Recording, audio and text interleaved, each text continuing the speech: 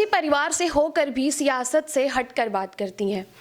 सही को सही करने के लिए सोशल मीडिया पर ट्रोल भी होती हैं। महिला सुरक्षा के साथ साथ गौ सेवा और गरीब सेवा में भी आगे रहती हैं। आज हमारे साथ बात करने के लिए एक सक्रिय राजनेता और सामाजिक कार्यकर्ता अपर्णा यादव जी हैं। मैम, बहुत बहुत शुक्रिया आपका हमारे साथ बात करने के लिए। मैम, मेरा पहला सवाल महिला सुरक्षा से जुड़ा हुआ।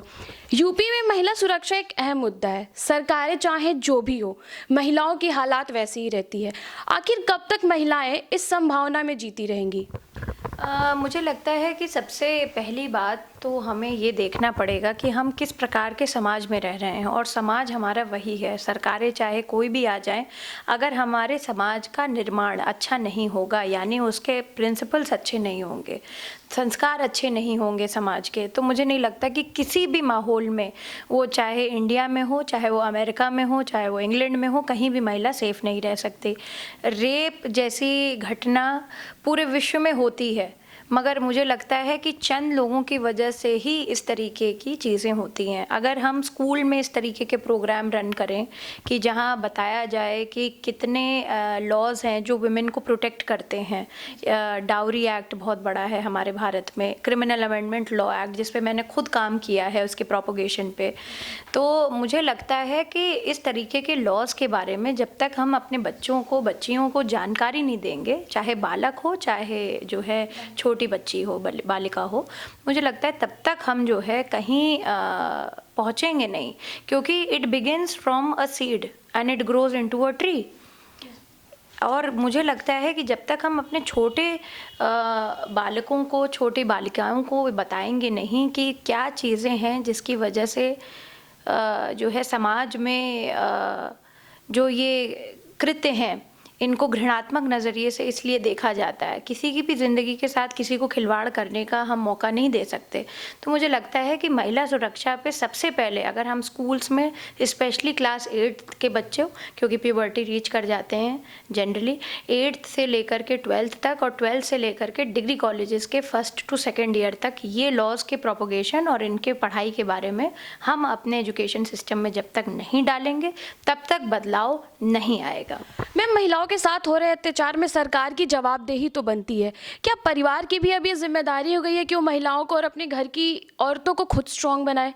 बिल्कुल ज़रूरी बनती है, सरकार की जवाबदेही भी बनती है। लॉ एंड ऑर्डर का एक बहुत अहम हिस्सा है कि इस तरीके के नृशंस अपराध ना हों महिलाओं की तरफ, क्योंकि महिला तो एक अभिन्न हिस्सा है इस समाज का। इस जो है परिवार की प्रथम, मुझे लगता है, यूनिट का जहाँ से संचार होता है वो महिला ही तो है। चाहे वो किचन में हो, चाहे वो जो है घर का जो है निरीक्षण में हो, उसकी साफ सफाई और उसकी सज्जा करने में महिला का हाथ होता है। बच्चों के लिए, बच्चों को इस सृष्टि में लाने के लिए महिला का हाथ है। तो मुझे लगता है कि सबसे ज़्यादा इम्पोर्टेंट अगर कड़ी महिला है तो सरकार की बिल्कुल जवाबदेही बनती है कि उसके लिए वो किस तरीके के काम करें जिससे कि महिला का जीवन बने अच्छा और सजग हो सके। दूसरी बात मैं कहना चाहूँगी, जो आपने मुझसे सवाल किया कि क्यों नहीं हम लोग जो है अपनी बच्चियों को आत्मनिर्भर और जो है आत्मविश्वास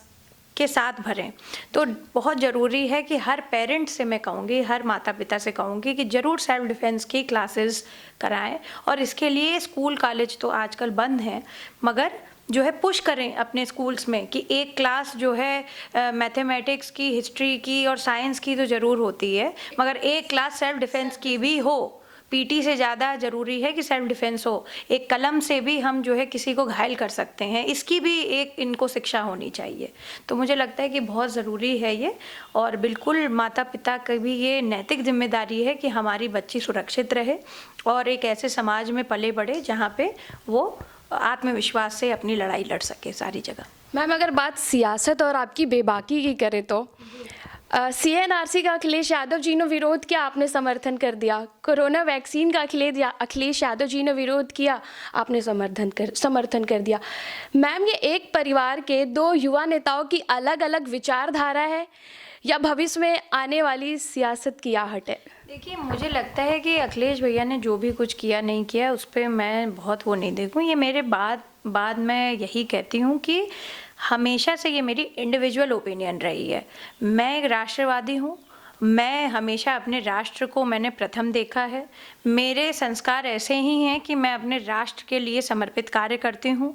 मेरे लिए पहले मेरा राष्ट्र है, पहले भारत है, वहाँ के लोग हैं, उसके बाद कोई भी अन्य चीज़ है, उसके बाद भी मैं अपने आप को मानती हूँ। तो मेरे लिए सबसे इम्पोर्टेंट अगर कुछ है तो मेरे लिए ये भारत देश। लेकिन मैम आप ट्रोल तो कर दी जाती हैं, कहीं ना कहीं सच्चाई ये है कि आपने कहा कि कोरोना की वैक्सीन नहीं लगवाना डॉक्टरों का अपमान है, और कहीं ना कहीं मैम ये सच्चाई है, उन्होंने बहुत स्ट्रगल करी, बट आपको ट्रोल क्यों कर दिया जाता है? देखिए, सच बोलने के लिए सबसे पहले तो सच सुनना कोई नहीं चाहता, और जो है मुझे लगता है कि किसी भी सच बात को कहने के लिए बड़ा हिम्मत चाहिए होती है। महिला होने के नाते मुझे लगता है ये परमात्मा ने मुझे पहले से दे रखी है। तो मुझे लगता है कि मैं हमेशा जो चीज़ सही है वही बोलती हूँ। इसमें मैं किसी का अपमान या किसी के विरोधाभास नहीं करने का प्रयत्न करती हूँ कभी भी। मैं जो भी सही चीज़ होती है वही बोलती हूँ। मैंने कभी भी किसी के लिए अपशब्द या किसी के लिए भी कभी भी घृणात्मक बात नहीं कही है। जो लोग मेरे लिए इस तरीके की जो आप कह रहे हैं ट्रोल कर रहे हैं, और जो है ये राजनीति और जो है पॉलिटिक्स का जो है देख रहे हैं कि आगे का क्या होगा, ये क्या होगा। अरे भाई, अभी का क्या होगा ये तो देखो। हमारे जितने संत महात्मा रह गए, कह गए, इतने बुजुर्ग लोग कह गए कि आज में जियो, आज में करो, आज में ही रहो। तो आज की बात क्या है? और आज की बात ये है कि हमारी जो वैक्सीन आई है वो मालदीव्स तक जा रही है। 1 लाख शॉट्स उसके मालदीव गए हैं, 1.5 लाख शॉट्स बांग्लादेश गए हैं, कितने म्यांमार जा रहे हैं, श्रीलंका जा रहे हैं। हमें गर्व होना चाहिए। साउथ ईस्ट डायरेक्टर कह रही हैं कि जो है it is one of the biggest landmark पूरे विश्व में। भारत एक जो है हीरो बन के उभरा है। तो हम इस पे खुशी जतानी चाहिए ना कि हमारे डॉक्टरों ने, हमारे साइंटिस्ट ने इतनी ज़बरदस्त वैक्सीन निकाली जिससे पूरा विश्व परेशान था। उसका मैम मुझे देश का एग्जैक्टली नाम नहीं याद पड़ा। किसी देश के प्रधानमंत्री ने वो हनुमान जी का संजीवनी बूटी की तरह हाथ करके कहा कि कोरोना का वैक्सीन हमारे लिए संजीवनी बूटी शामिल हुआ। बिल्कुल, ब्राज़ील के उन्होंने कहा, और उन्होंने कहा कि जो है मोदी जी बिल्कुल हनुमान जी की तरह काम कर रहे हैं। तो देखिए, कोई भी आदमी कठिन समय पे, कठिन परिस्थिति में दवाई, तो हमें लगता है कि कहते हैं कि दवा अगर किसी को मिल जाए तो वो सबसे बड़ा जो है एक तोहफा या उपहार होता है, क्योंकि जीवनदायिनी है, संजीवनी की तरह है ये दवा। तो मुझे लगता है कि जो है अगर वो भी दूर दूर से विश्व में पूरी उनके लिए इतनी तारीफ़ आ रही है, तो हम भारतीयों के भी तो भाई प्रधानमंत्री हैं ना। और हम लोग पहले भारत के हैं, उसके बाद कुछ अपनी देश, जाति और जो है हमारी विभिन्न भाषाएं हैं उसमें हम बंटते हैं, मगर हम बांटे ना, लोगों को जोड़ करके रखें। और इस समय मुझे नहीं लगता है कि ये कहना उचित रहता कि ये किसी पार्टी विशेष की वैक्सीन है। ये वैक्सीन हमारे डॉक्टरों की है, और डॉक्टर और साइंटिस्टों ने मिलकर बनाया है। जी मैम, आपने घुसपैठियों का भी विरोध किया था। क्या भारत सरकार को जनसंख्या नियंत्रण का कानून लाना चाहिए, क्योंकि जनसंख्या बढ़ती जा रही है और संसाधन घटते जा रहे हैं? देखिए, जनसंख्या तो डेफिनेटली जो है एक कानून आना चाहिए। ये बहुत पहले से पुश हो रहा है, और इतनी ज़्यादा जनसंख्या है यहाँ पे कि मुझे लगता है कुछ ही सालों में हम लोग चाइना को भी पीछे पछाड़ देंगे। तो यहाँ पे जनसंख्या होने के साथ साथ ह्यूमन रिसोर्स का मैनेजमेंट नहीं है। ह्यूमन रिसोर्स हम टैप ही नहीं कर पा रहे हैं कि हमारे पास कितने यंग लोग हैं, कितने ओल्ड लोग हैं, कितने जो है मिड एज्ड लोग हैं।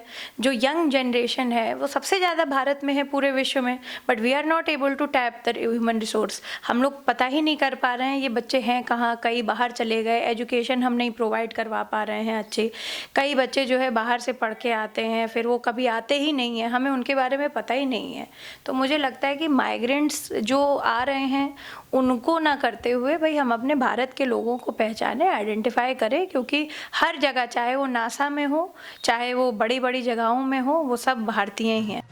मैम, देखा जा रहा है कि कैंट में आप काफ़ी सक्रिय दिख रही हैं, तो इस बार किस मुद्दों के साथ आप जनता के बीच आएंगी? देखिए, मैं तो हमेशा से ही इसी मुद्दे के साथ आई थी कि यहाँ पे सीवर की बहुत बड़ी प्रॉब्लम है। 27 साल हो गए, इससे ऊपर ही हो गया कि सीवर ही नहीं पड़ा है कैंट विधानसभा में, जबकि 1 लाख स्क्वायर किलोमीटर की ये पूरी विधानसभा है। और दुर्भाग्यपूर्ण स्थिति ये है कि लखनऊ शहर में है तो सीवर की बहुत समस्या है, पानी की बहुत समस्या है, सड़कें तो मैंने बहुत सारी 250 करोड़ रुपए की सड़कों का निर्माण कराया मैंने 2016 में। तो जो है ये सारी चीज़ें देखिए जो मैं कर सकती थी मैंने किया, और इस बार भी हमारे यही मुद्दे होंगे कि जब भी अगर हम आते हैं इलेक्शन लड़ने के लिए और इलेक्शन जीतते हैं तो सीवर पाइपलाइन का बहुत बड़ा कार्य मैं यहाँ पे करवाना चाहती हूँ। जी मैम आप थोड़ा सा पर्सनल है मैम, आप एक बड़े राजनीतिक परिवार से बिलोंग करती हैं, तो मैम कैसा रहता है पर्सनल टर्म्स जब पुरुषों में थोड़ी मतभेद हो जाती है, तो महिलाओं में कैसा रहता है कि आपके रिश्ते वैसे ही रहते हैं कि थोड़ा डिफरेंस आता है? देखिए डिफरेंस की बात नहीं है, हमें पहली बात तो मेरा स्वयं से अपना रिश्ता अच्छा होना चाहिए। पहले होना चाहिए कि मैं कौन हूँ, मैं क्या हूँ और मेरे साथ मेरा अपना रिश्ता क्या है। You should not harm your self and feel that guilt all the time. अपने से आपका रिश्ता अच्छा है तो सारे जितने आपको मिलेंगे उनसे रिश्ता अच्छा ही रहेगा, मुझे लगता है जो। और अगर किसी का रिश्ता आपसे अच्छा नहीं है तो वो उनकी प्रॉब्लम है, आपकी प्रॉब्लम नहीं है। It is not my problem. लेकिन मैम आपको टैग दे दिया जाता है कि अपर्णा यादव तो बहुत तेज है, टैग तो आपको दे दिया जाता है। तेज अगर बोलें तो भाई ठीक है, अच्छी बात है, तेज होना कोई ख़राब बात नहीं है। सूर्य भी तेज है और तेज के बिना ये सृष्टि का संचार नहीं हो सकता। ये सृष्टि जो है बिना तेज के भाई बढ़ ही नहीं सकती आगे। तो तेज होना तो बहुत अनिवार्य है और महिलाओं को तेज ही होना चाहिए। जी धन्यवाद मैम हमारे साथ। तो ये थी अपर्णा यादव जी, जिन्हें तेज भी कहा जाता है, ट्रोल भी कहा जाता है, तो वो उसको अपनी तारीफ मानती हैं। इतनी बेबाक और तेज महिला, हमारे देश को ऐसे और महिलाओं की ज़रूरत है जो राजनीति में इतनी सक्रिय रहे। ऐसे और इंटरव्यूज़ के लिए देखते रहिए फुटकर न्यूज़। हमारा चैनल शेयर सब्सक्राइब जरूर करें। धन्यवाद।